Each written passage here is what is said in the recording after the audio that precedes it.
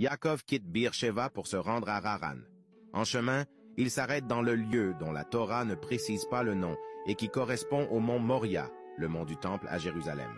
Il y passe la nuit et rêve d'une échelle plantée dans la terre dont le sommet touche le ciel avec des anges qui y montent et descendent. Dieu lui apparaît et lui promet que la terre sur laquelle il se trouve sera donnée à ses descendants. Le lendemain matin, comprenant que ce lieu témoigne de la résidence de Dieu, Yaakov érige en monument la pierre sur laquelle il a dormi.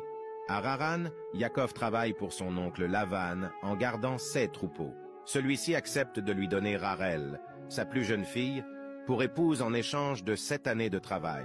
Cependant, le soir du mariage, Lavan trompe Yaakov et lui donne la main de Léa, l'aînée des 2 sœurs.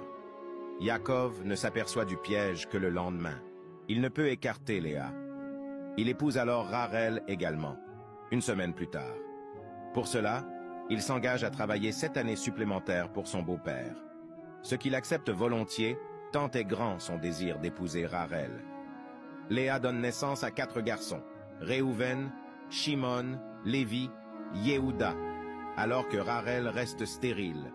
Elle décide alors de donner Bila, sa servante, à son mari pour épouse, afin qu'elle lui donne des enfants et qu'elle puisse procréer par son intermédiaire.